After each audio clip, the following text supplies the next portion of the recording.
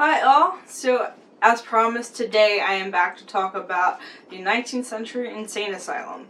So again, this is part of my ongoing series about my research into my second novel, Shores of Chaos Shipwrecked. My previous video I did talk about postpartum depression in the 19th centuries, so be sure to check that out. Without further ado, let's talk about the insane asylum. So I'm sure, especially thanks to Hollywood, a lot of you people have the idea that a Victorian insane asylum is this really grim, filthy place with neglected patients, but they didn't actually start off that way. They actually did start off with good intentions.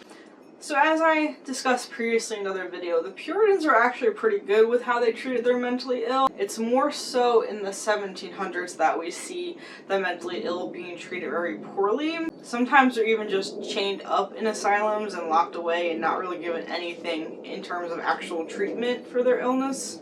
Now, thanks to the Enlightenment, some physicians did start to see that the causes of mental illness were physical and in the mind and not necessarily due to supernatural or religious causes. So we did start seeing doctors taking a look at the physical symptoms and how to treat those and how to work with the body to rid a person of mental illness. So that is one of the reasons that the treatment started to be improved. But a bigger one is what we call moral treatment, and this started to take off in the early 19th century. So proponents of moral treatment want to see patients being treated with more kindness. They also kind of had this ideal that they could be treated in isolation, but given a nice setting, a nice little country place where they can go and rest and receive treatment at. And at these places, they could expect to be given occupational therapy, rewards, recreation, things like that to help with their treatment. One of the proponents of this treatment was a New England school teacher named Dorothea Dix. She herself actually suffered from depression and was treated for it in Europe, and there she learned much kinder methods for treating mental illness. So after she returned to the United States from the 1840s to the 1860s, she petitioned Congress and state legislatures to open up centers for people that were suffering from mental illness where they could be treated much more fairly and humanely. Another big name in this movement is Thomas Kirkbride. He was the one that kind of thought of making insane asylums that were very large, well-lit places with great ventilation to house the mentally ill in. And he wanted them to be in these nice country-like settings where patients could go and be comfortable, they would have nice rooms and everything. And from his ideas about asylums is where we get the Kirkbride-style 19th century insane asylums. So the Kirkbride-style buildings are the ones that have the large, sprawling, bat-like wings that spread out from the center of the building. They have large rooms with large windows that let in plenty of light. And we saw these kinds of insane asylums popping up all over the United States in the 1800s. So at first, a lot of these buildings were state-funded. They were nice places where patients could go to just relax and do some occupational therapy, just do light work and have amusements and stuff, just to kind of temper the mind and sort of bring them back to center. Of course, though, sometimes the road to hell is paved with good intentions. So not every asylum ended up living up to this ideal. Quite a lot of them ended up falling into the trap of overcrowding, underfunding, and understaffing. And this is where we start seeing a lot of patients being abused and neglected. So originally, Kirkbride intended for no more than 250 patients to be at each asylum. However, as things happen, that wasn't going to hold. The asylum soon quickly became overcrowded. For one, the Civil War caused a lot of trauma within populations, especially the men who had served. A lot of them ended up going to asylums. Another cause was large waves of immigration that occurred in the mid to late 1800s. A lot of these immigrants could not afford private institutions, so they had to go to the state-funded asylums. And another thing too is it was unfortunately pretty easy for family members to throw their own into the asylums. All you essentially needed was one family member to make a complaint about you and 2 doctors to back it up, and you can have your family member committed. People also would put the elderly into insane asylums too, as it was seen as much more cost effective. And it was because of all of this that we start to see all of the problems that we associate with asylums. Famously, reporter Nellie Bly snuck into the women's lunatic asylum on Blackwell's Island and pretended to be a patient, and she wrote about everything she saw and all the abuses that were going on in her expose, 10 Days in a Madhouse. Of course, this continued into the 20th century. The Great Depression really hurt state funding to these places, and then once the World War II hit, not only did you have a shortage of staff with people serving in the war, but you also had, because of the war, more people going into the asylums.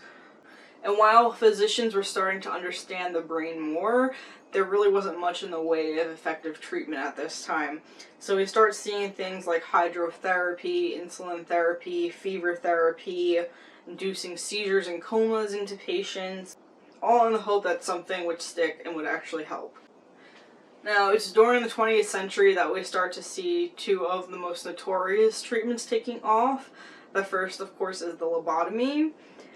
Now, what's interesting is that, from my understanding, some lobotomies, especially early on, were much more precise about what location of the brain they were going to target and how that was going to alleviate psychotic symptoms. So there actually were some cases of people who were pretty much free of their psychotic symptoms and able to re-enter society. However, Dr. Walter Freeman decided to use the ice pick method, which, if you have ever seen those old diagrams of the long ice pick being inserted into a person's eye, that was him. And this is kind of where the lobotomy really gets that bad reputation, and rightly so, because it was essentially just digging into your frontal cortex and just scrambling up the neurons and everything that was connecting your brain tissue. So a lot of people were much worse after the lobotomy. Famous example is Rosemary Kennedy, who was left unable to walk or talk after her lobotomy, and some people even died following this treatment. Second notorious treatment would have been electroshock therapy, also known as electroconvulsive therapy, which is using electricity to induce a seizure in a person. Oddly enough, they still use electroshock therapy in cases of severe depression, of course in a much more safer manner than they used to, and for some reason it does work in severe depression cases, so that is actually still practiced today, but it's much, much more rare. So by the 1950s, we start seeing the deinstitutionalization movement. We start seeing antipsychotic medicines like Thorazine being used in patients so that they could leave the asylums and go back to society. We also have the Community Mental Health Act of 1963 that helps to fund alternatives to the asylum. And in 1975, the Supreme Court even ruled that someone suffering from mental illness could not be committed to an asylum unless they were a danger to themselves or others. And the only downside to the deinstitutionalization movement is that people that actually do need that long-term care, that need to be in an institution, don't always receive it. But there are a lot of outpatient services, of course, today, and some hospitals even do still have a psychiatric ward where people can be held. Many hospitals are now abandoned, with some serving as haunted attractions like Penhurst Hospital in Pennsylvania or Rolling Hills Asylum in New York. Others, though, have actually been restored and are now serving other purposes. For example, part of the Danvers State Hospital in Massachusetts and the Octagon, which was part of the Blackwell's Island Asylum that Nellie Bly wrote about, are now both part of apartment complexes. Others, however, were not so fortunate and were torn down, like Greystone in New Jersey. So now in my story, Shores of Chaos Shipwrecked, I do use an extant, though no longer functional, insane asylum. And that is what was called the Maine Insane Hospital. It opened up in Augusta, Maine in 1840. Not too long after it opened, one of the patients almost sued the superintendent for malpractice and mistreatment. So right from the get-go, there was already some controversy with this hospital. Now, at the time my story takes place, the superintendent of the hospital was Bigelow T. Sanborn, and just from what I read, the hospital was actually a rather nice facility from when he was running it. They actually gave a lot of attention to the patients' recreation, even taking them on boating trips in the summer, having bands play for them, things like that.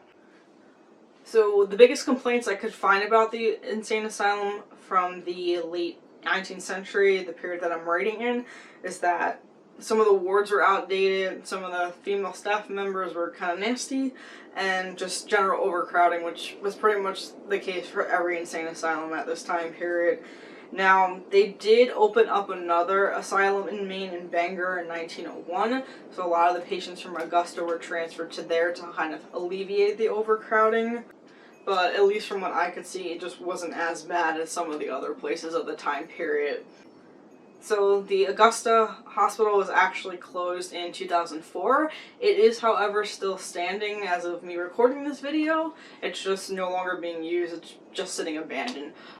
However, I was able to take a look at it from Google Maps, as well as some videos that I was able to find, so that I can just get a better idea of the layout of the hospital. Granted, I didn't really find any images of what it looked like, at least the interior, from back in the late 1800s, so I kind of just had to use my imagination, but by all means, check it out on Google if you want to see more. I also have a blog post about the insane asylums too, which will be a link in the description below, so feel free to check that out, and I will see you all in the next video. Don't forget to buy Shores of Chaos Shipwreck now.